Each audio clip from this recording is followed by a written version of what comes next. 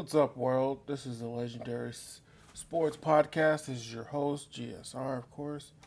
I want to thank everybody for joining me today. On today's episode, we're going to talk a little bit of free agency, um, the Zack Martin retirement, and Jerry Jones just made a few comments that shows he has not truly learned anything about anything in why where he's doomed to repeat everything he's just been doing. So yeah, we're gonna get into that. I just want to talk. Again. This is a Legendary Sports Podcast. Thanks for joining me. Let's get into it. So Jerry Jones, while talking to reporters, the Zack Martin retirement, just said that aggressive isn't the word that he would use to describe his free agency plans. This is a direct quote comes from John Machota of Dallas Morning News, plugged in beat writer extraordinaire. And he absolutely reported this, and this is so Jerry. This is everything that is wrong. Now, the direct quote is, the direct quote coming from is, I'm not looking to free agency as a place to fill voids. Jones thinks they can fill most of their voids in the draft. End quote. Which is literally the exact same thing he has said, done, and did every year so far. Every year. This team has too many holes. You need running back. You need receiver. You need interior D line. You need edge rushers. You definitely need a linebacker. You need more. You need a whole new linebacker core. Because even if you do bring back Eric Kendricks, he is older and slower. He's not the player he once was.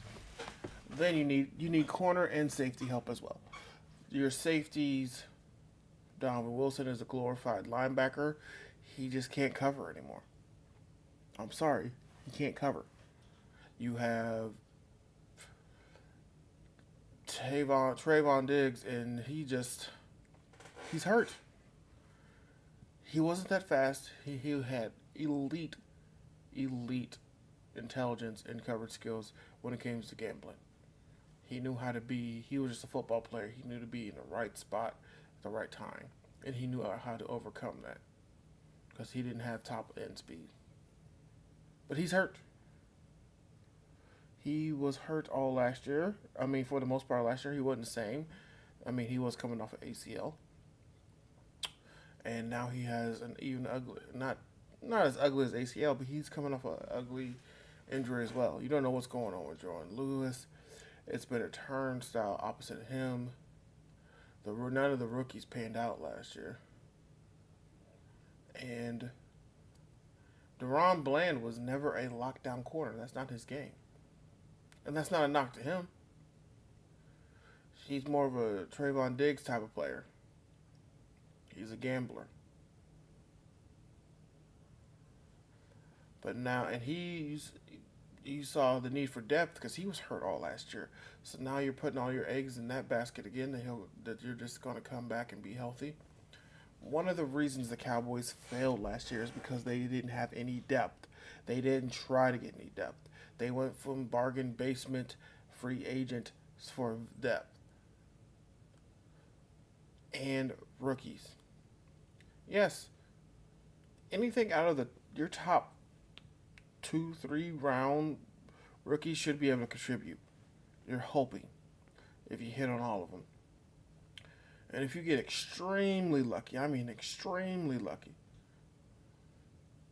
you'll find a Dak in the 4th round who can come out and contribute at a high level right away.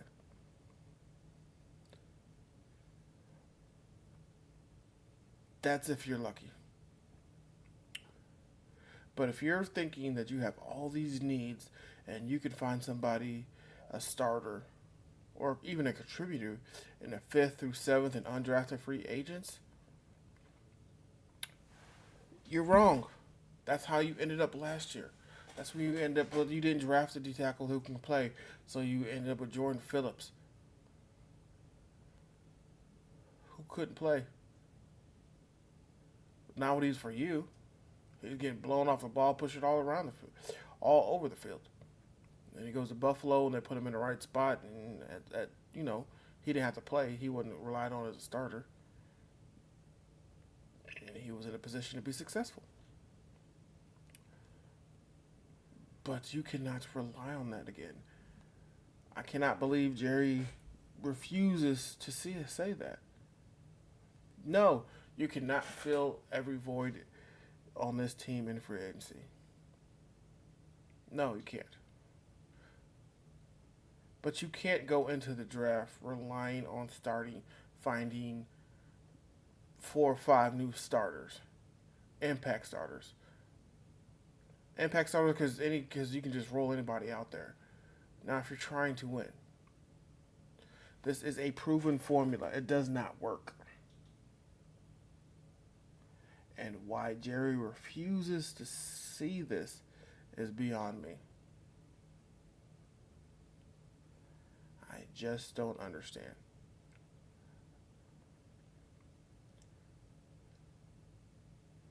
I just don't get it. It's just like it's a time warp. Hey, we saw what happened last time. We saw what happened last year. Nah, we're good. We don't need to change anything. We're gonna roll with what we got. We're gonna draft us some good players. We're gonna coach them up. Shotty's gonna put them in the right scheme, and then we're gonna run and roll with that. Sound familiar? It's almost trade coaches, and you have the same mentality and approach of the front office that has been plaguing us for the last 30 years. And let me be clear on my point, because I've said multiple times I don't think you should go out and go for broken free agency. I don't. I don't think that's a proven formula to work. You don't have to be the Jaguars and spin, spin, spin every year, or the old Commanders before the new ownership. But if Jerry can look at this team and honestly not see how many holes this team has, and say we can fill every last one of them in a draft, then he's not looking at the same team. He's not. He's not being realistic with himself, or his yes men are lying to him.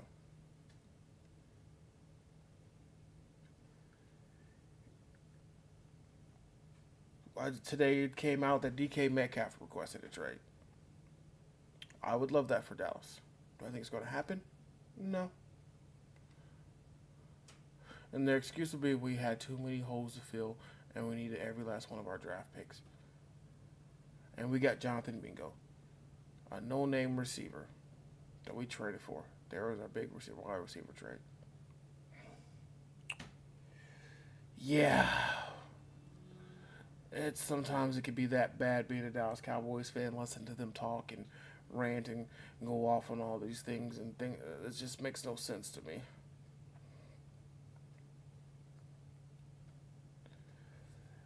But yeah, so it sounds like more of the same.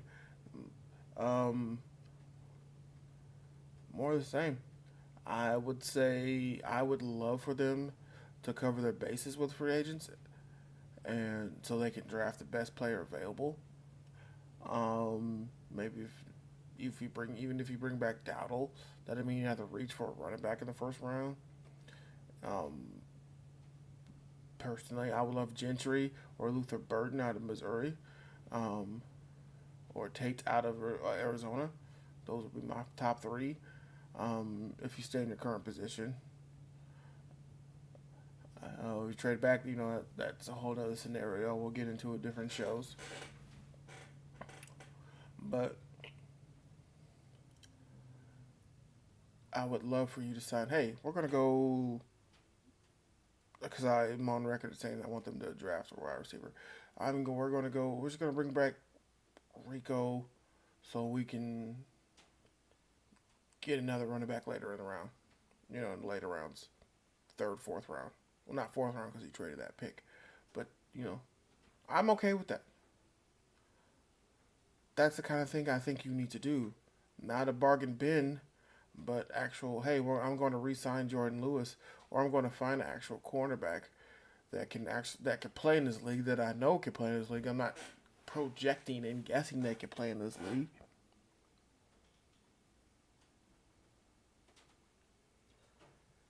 If you could do that, now you're cooking with grease. Now you're rocking and rolling.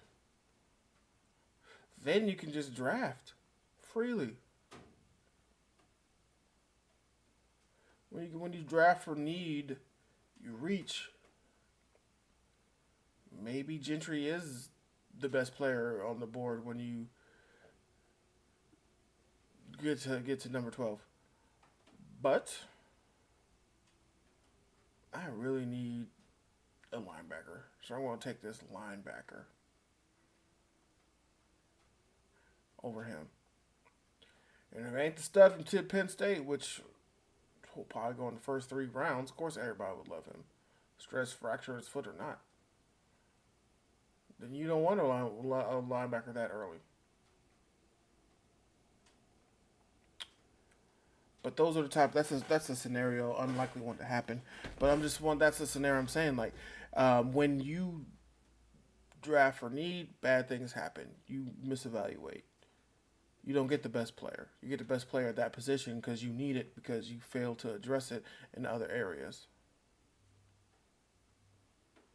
And that is why we fail. That is why we fail. As before mentioned, we talked about this earlier. Um, when Jerry, before I went on my rant there, Jerry was actually at the Zack Martin retirement ceremony that did in Dallas. Much deserved, by the way. Jerry was when he said these comments. Let's talk a little bit about Zack Martin. Pay our proper respects for Zack. Zack was a bona fide dude. He was that guy. Zack did everything right. He from day one, lock and load starter, showed up for work, and it worked, and just was an absolute beast. One of the best all time, if not the best, at the position. I mean, my God, the combination of strength and athleticism and the pulling power and the staying power is unheard of. In 11 years, the dude literally had 9 All Pro selections and 7 holdings, 7 holding calls. I'll say it again: 9 All Pro selections, 7 holding calls in 11 years. In a position where holding is called every other play in the NFL. It's incredible. Like he literally, when it was him, Tyron Smith, and Zack Martin, that's when Zeke was Zeke. That's when he was breaking records.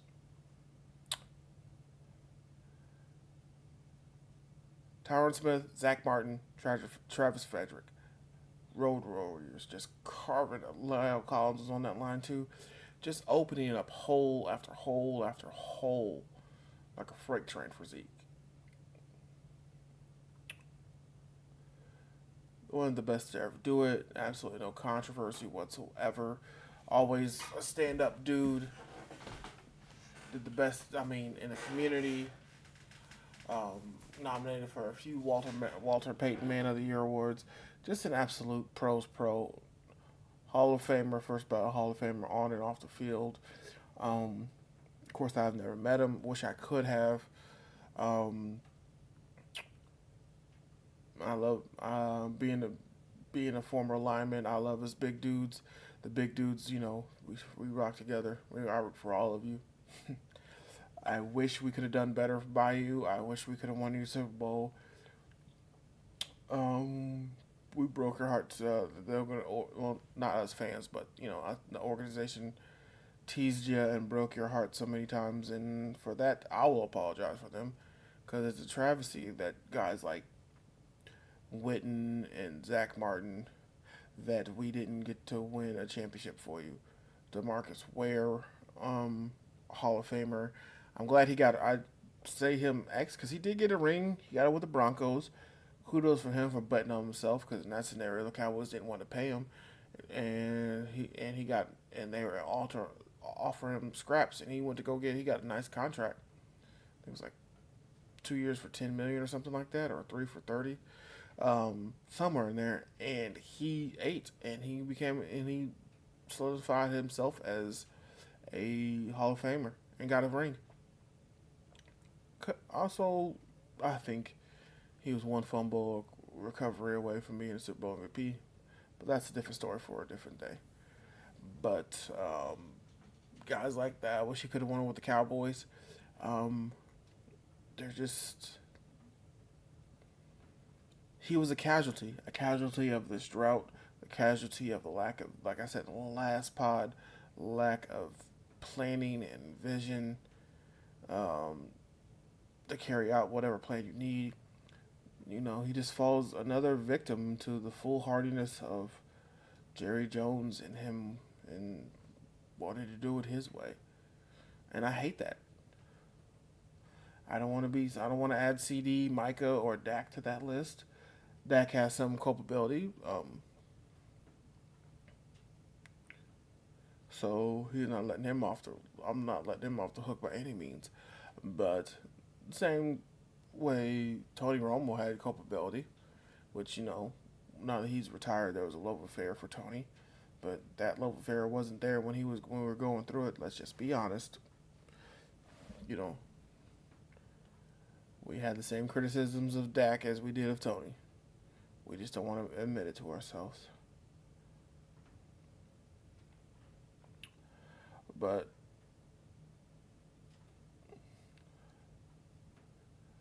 yeah, I mean, I wish we could have won one for you, Zach. You deserve better. Um, Hopefully, this can springboard and open Jerry's eyes as when you have something special, you do not let it go. You keep up with it and you keep fighting and you try to get it. You got to keep going. You can't settle in wars.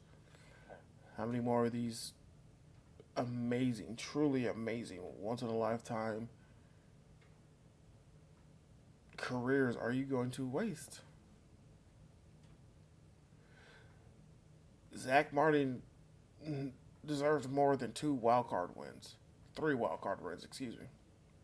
He deserved more. He deserved better. He deserved a ring.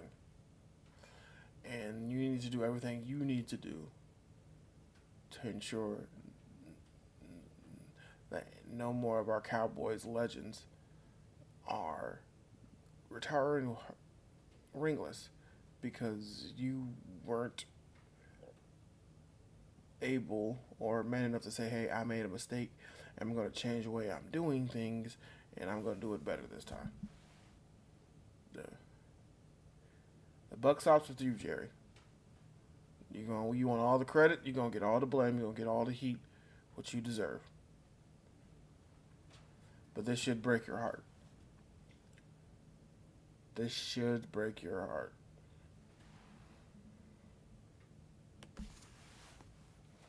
But on that note, we're going to get out of here. I want to thank everybody for joining me on this journey again. This has been the Legendary Sports Podcast. I'm your host, GSR. Thank you for rocking with me as we continuously grow and try to grow this thing. So thank you for, please, leave a likes and a subscribe. Any comments that you think that I can help the podcast grow, anything I can do differently, any constructive criticism, let me have it. And yeah, all right. Thanks for rocking with me. We'll see y'all next time.